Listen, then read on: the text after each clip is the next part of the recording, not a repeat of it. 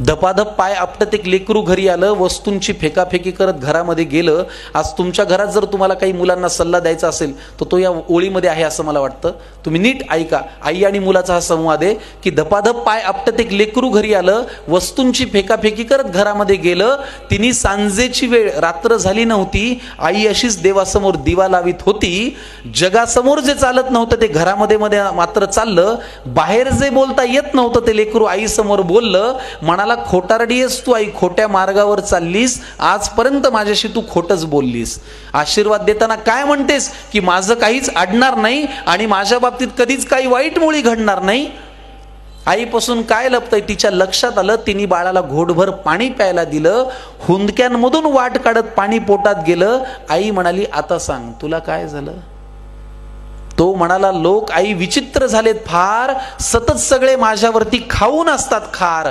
त्यांच्या त्या अशांत अस्वस्थ नजरा मला कळतात. जाणवतं मला माझ्यावरती ते खूप खूप जळतात. बरं, माझ्याविषयी माझ्या माघारी बोलतात लोकांजवळ, मी पुढे जातोय ना माझा माझा, का पोटात यांच्या कळ. बरं, वाईट याचं वाटतं की या वाईट लोकांचा एक संघ झालाय आणि मी वाईट वागत नसून यांनी मला बाजूला केलाय. आई म्हणाली, बाळा तुला माझा प्रश्नच नाही कळला. मी तुला काय झालं म्हणाले, तू त्यांचा त्रास सांगितला.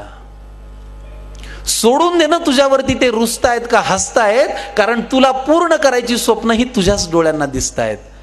त्यामुळे तुझ्या अपयशाची लोक पाहतायत ती सगळी स्वप्ने खोटी कर. तुझ्या अपयशाची लोक पाहतायत ती सगळी स्वप्ने खोटी कर. दुसऱ्यांची रेघ पुसण्यापेक्षा तू स्वतःची मोठी कर.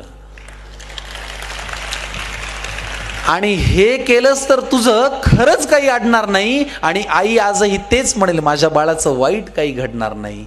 आईच्या तोंडी देवाचा साक्षात्कार घडला आणि तिने लावलेल्या दिव्याचा लख प्रकाश पडला. तिने लावलेल्या दिव्याचा लख प्रकाश पडला. तर मुद्दा हा की आज स्पर्धेमध्ये, इतक्या कॉम्पिटिशनमध्ये, एवढ्या हेवे दाव्यांमध्ये, एवढ्या इगोमध्ये, एवढ्या रुसव्या फुगव्यांमध्ये आज फक्त आपल्याला स्वतःची रेघ मोठी करण्याकडेच लक्ष द्यावं लागणार आहे. मला नेहमी प्रशांत दामले असं सांगतात, मलाही कधी कधी वाटतं की यार या लोकांची 6 पॅक बॉडी आहे, आपण सुद्धा करावी. सर मला म्हणतात, ते तुला झेपणार आहे का, तू खातोस वरण भात, तुला होणार आहे का ते. नाही, मग तुझ्याकडे काय आहे त्याचा चार्ट कर. मला आलेल्या विद्यार्थ्यांना हे सांगावं असं वाटेल की आज तुम्हाला जर असं वाटत असेल की अरे त्याला हे जास्त आहे, तर खरंच एक चार्ट करा की त्याच्यापेक्षा तुमच्याकडे काय जास्त आहे. आणि मी जेव्हा त्या पारड्यामध्ये माझे वेगवेगळ्या गोष्टी लिहितो, माझा कुटुंबाचा आधार लिहितो, कविता लिहितो, अभिनय लिहितो, लेखन लिहितो, निवेदन लिहितो, तेव्हा असं मला वाटतं की चला 6 पॅक बॉडी नसली तरी आपण 6 वेगवेगळ्या अंगांनी प्रेक्षकांचं मनोरंजन करायचा प्रयत्न करू शकतो.